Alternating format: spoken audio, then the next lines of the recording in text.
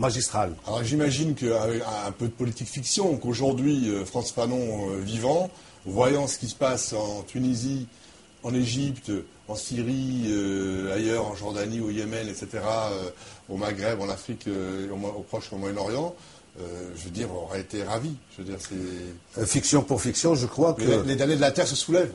Oui, s'il était tant soit peu écouté, je crois qu'on n'aurait pas eu ces manifestations visibles dans les rues et ces grandes explosions s'il était tant soit peu écouté. Malheureusement, comme je vous disais, rupture partout, quoi. C'est quelqu'un qui a été délaissé, étrangement délaissé, on n'a pas écouté, on a essayé de l'enterrer vivant, enfin, même s'il était mort, etc. Mais on ne peut pas, si vous voulez, cacher le soleil. Ce sont des théories qui surgissent, ce sont, si vous voulez, des vérités qui sont durables et qui reviennent un peu à la surface tout le temps. Alors, Frantz Fanon, vous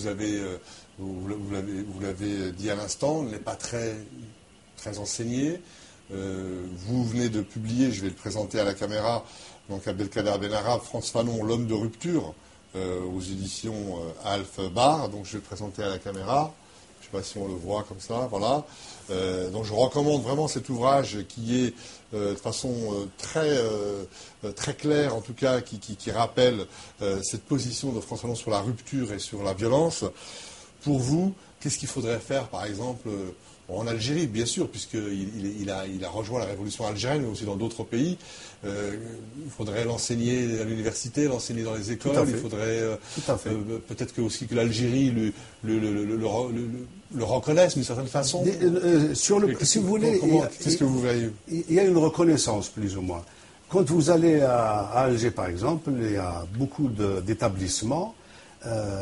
Et sur les frontispices de ces établissements, vous verrez le nom de Frantz Fanon. Des boulevards, des CHU, le CHU de Béjaïa porte le nom de Frantz Fanon. Mais quand vous demandez aux gens qui est Frantz Fanon, ils ne le connaissent pas. Ils ne le connaissent pas. Nous, on essaie de célébrer un petit peu, au moins l'anniversaire de sa mort à chaque fois, chaque date anniversaire vers décembre, etc. Donc j'ai fait quelques papiers dans la presse nationale à l'époque sur Frantz Fanon.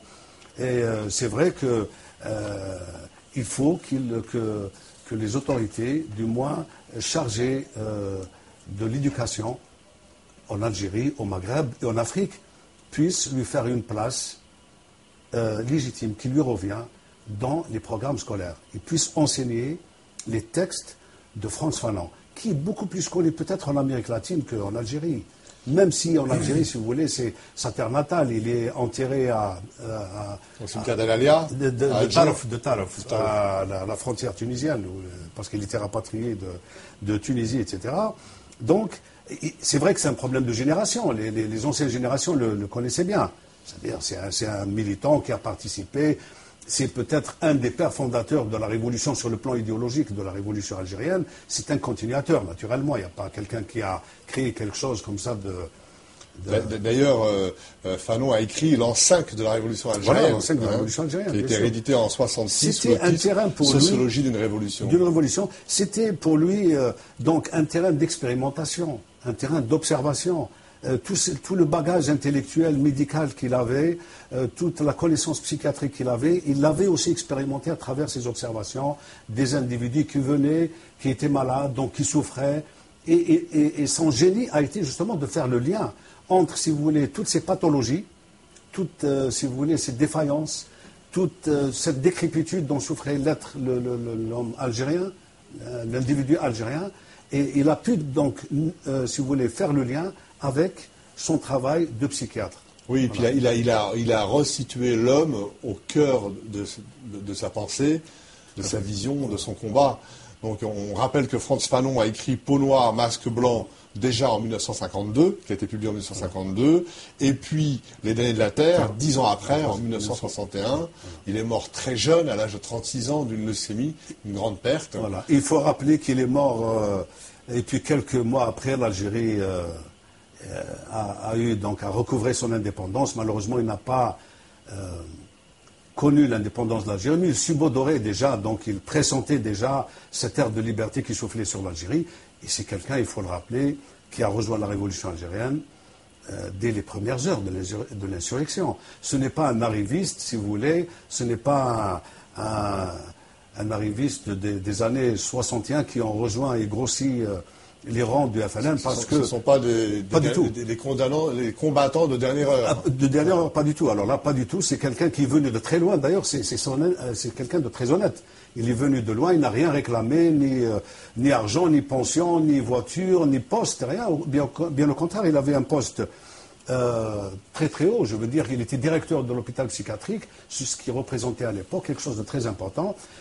Donc il a démissionné, il a fait sacrifice de ce poste-là, il a démissionné de son poste, pendant que d'autres, n'est-ce pas, se ruaient, se précipitaient aux portes des administrateurs pour gratter quelques miettes, rapiner, enfin quelques petits bénéfices.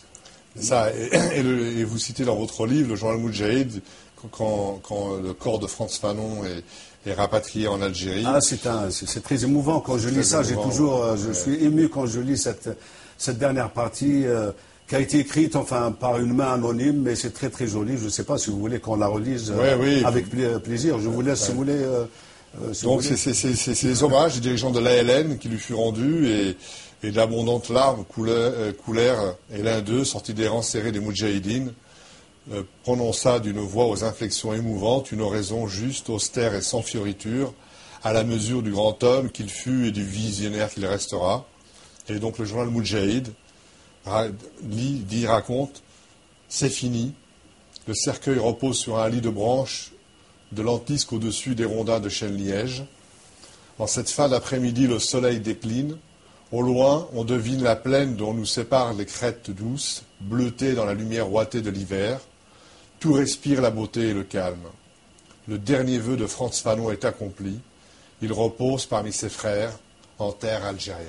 C'est très émouvant, c'est très joli. Le journal Moudjahid. Et son vœu a été respecté. C'est vrai qu'il est mort très jeune, à l'âge de 36 ans, d'une leucémie, mais peu d'écrivains, peu, si vous voulez, de médecins comme lui, peu d'intellectuels et de militants, avec une aussi courte vie de 36 ans, ont produit une œuvre monumentale, une véritable épopée en fait. Alors dans son œuvre, on retrouve tout, la lutte contre le colonialisme, l'homme au-dessus de tout. Il a aussi beaucoup écrit sur la femme algérienne, sur la femme, psychiatrie, sur la médecine. Absolument. Vraiment, absolument. Si vous voulez, c'est une œuvre très riche, abondante et très diversifiée à l'intérieur, où il y a des thèmes extraordinaires, si vous voulez. Vous pouvez, effectivement, ces problèmes actuels qu'on rencontre de la femme algérienne, du voile d'ailleurs, vous connaissez bien son œuvre, du voile, etc., il en parle aussi, je veux dire, il en parle, il analyse ces faits, il analyse, si vous voulez, ce voile, ce morceau de tissu que la femme, avec toute sa symbolique. Si vous voulez, la dimension psychiatrique également, c'est quelqu'un qui n'a pas eu peur, justement, et qui a été assez audacieux pour remettre en cause toute la pratique coloniale telle qu'elle s'est exercée, toute la pratique médicale du temps du colonialisme tel qu'il s'est exercé. Donc, c'est quelqu'un qui a touché à tout. Donc, c'est une œuvre un peu complète et c'est un homme aussi, un grand homme, qui a réuni en lui, si vous voulez, ces dimensions du militant, du psychiatre et de l'intellectuel. Alors, au moment où les révolutions du monde arabo-berbère et musulman sont en route, relisons Frantz Fanon. Au moment où les peuples ont envie de croire à la liberté et à la démocratie, Frantz Fanon est d'actualité. Je rappelle votre livre, donc Frantz Fanon, l'homme de rupture, aux éditions Alpbach. On aura l'occasion, puisque ça va être le 50e anniversaire de sa mort, de revenir sur l'antenne avec d'autres gens et vous, j'espère, sur la vie et l'œuvre, les combats de Frantz Fanon, et la nécessaire liberté des hommes, et la nécessaire circulation des idées, l'ouverture des frontières. En tout cas, merci d'avoir accepté notre invitation, Abdelkader Benarab. Je rappelle votre livre, Frantz Fanon, l'homme de rupture. Merci, et moi je vous dis à bientôt pour un prochain numéro de Plein Feu, le vrai débat. Bonsoir. Merci.